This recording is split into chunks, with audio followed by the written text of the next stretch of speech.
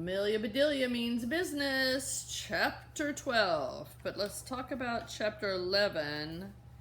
Remember, she's in a bike parade, and they can decorate it like anything, and her parents suggested maybe lemons, because then it would kind of advertise her business too.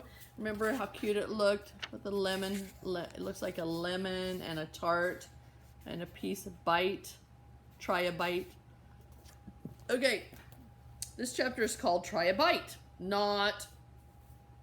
Amelia Bedelia rode her bike to the town square where the parade was assembling. Suzanne was already there. When Amelia Bedelia saw Suzanne's bike, she was speechless. She felt exactly the way she felt the very first time she saw the bike.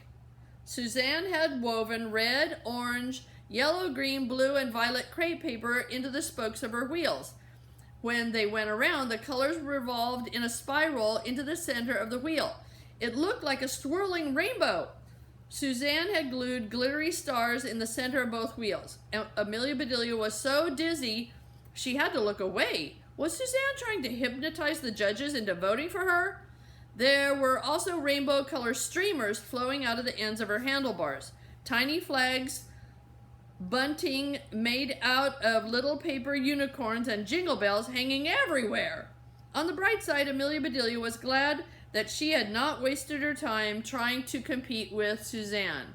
Maybe Suzanne would toss her the not new anymore bike as she rode away on her brand new bike.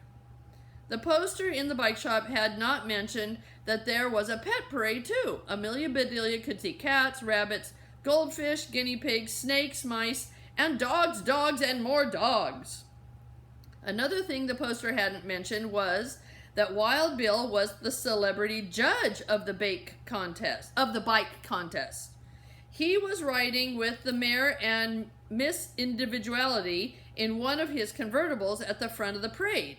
Now Amelia Bedelia was doubly glad that she hadn't tried to win. Wild Bill would never pick her in a million years.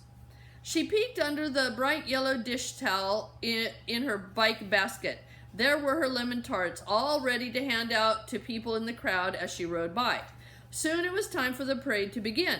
The non-dog pets followed the convertible. Then came the dogs, then the kids on their bikes. The crowd cheered and clapped for all the marchers. When Amelia Bedelia pedaled past her parents, they clapped loudest of all. "Hooray for tarts!" her dad yelled. Amelia Bedelia waved, blushed, and pretended not to know them. Then it started. Maybe it was triggered by her dad yelling tarts. As Amelia Bedelia pedaled by one of the dogs, it turned and looked straight at her. It put its nose in the air and sniffed. Then it began to wag its tail and bark, and bark, and bark. Amelia Bedelia recognized that dog. It was one of the dogs Diana had been walking, and it had loved the taste of her lemon tarts. Suddenly, a dog on the other side of the street started barking. Uh-oh, it had tasted her tarts too. As Amelia Bedelia rode on, dogs started sniffing, wagging, barking, and straining at their leashes, trying to get as close as possible to her. Amelia Bedelia peeked in her bike basket.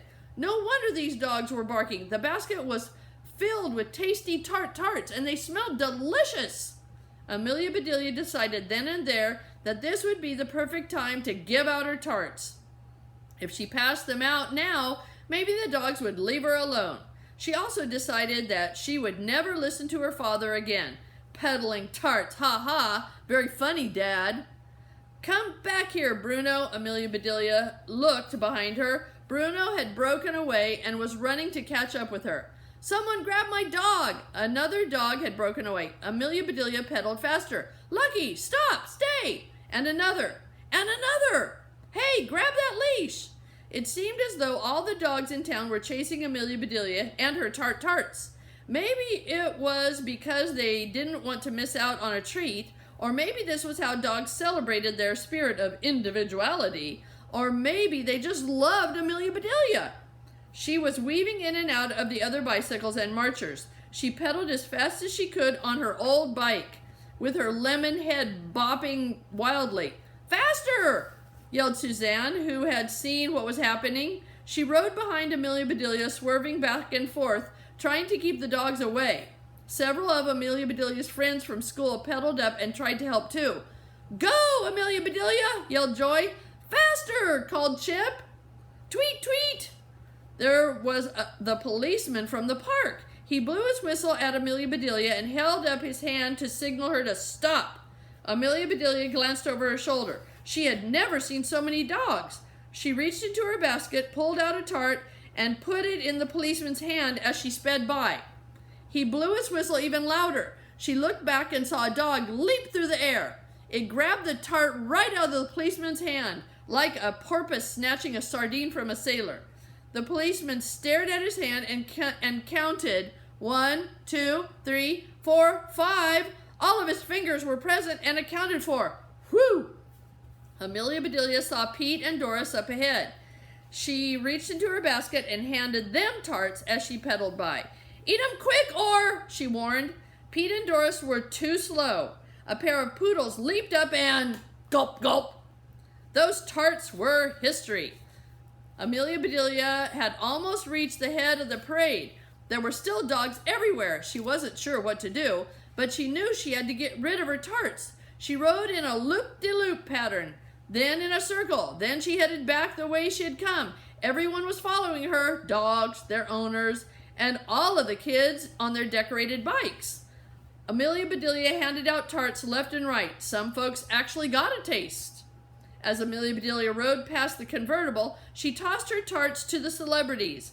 Miss Individuality caught hers with one slender white-gloved hand.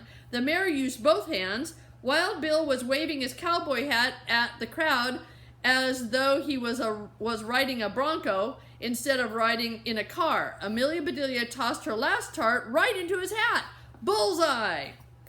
Amelia Bedelia had run out of tarts just as she had run out of parade, but the dogs were still chasing her. The air was full of their barking. Then it dawned on Amelia Bedelia that her bike looked like a huge dog treat. Even worse, the words "try a bite" were printed on her back. These dogs were pretty smart. Could any of them read? Amelia Bedelia promised herself that if she survived today, she'd never have anything to do with signs again. Amelia Bedelia had to keep moving. She circled around and pulled up behind Wild Bill's convertible. Wow, this chapter is really long. She jumped off her bike and let it clatter to the ground. Miss Individuality helped her climb into the backseat of the car.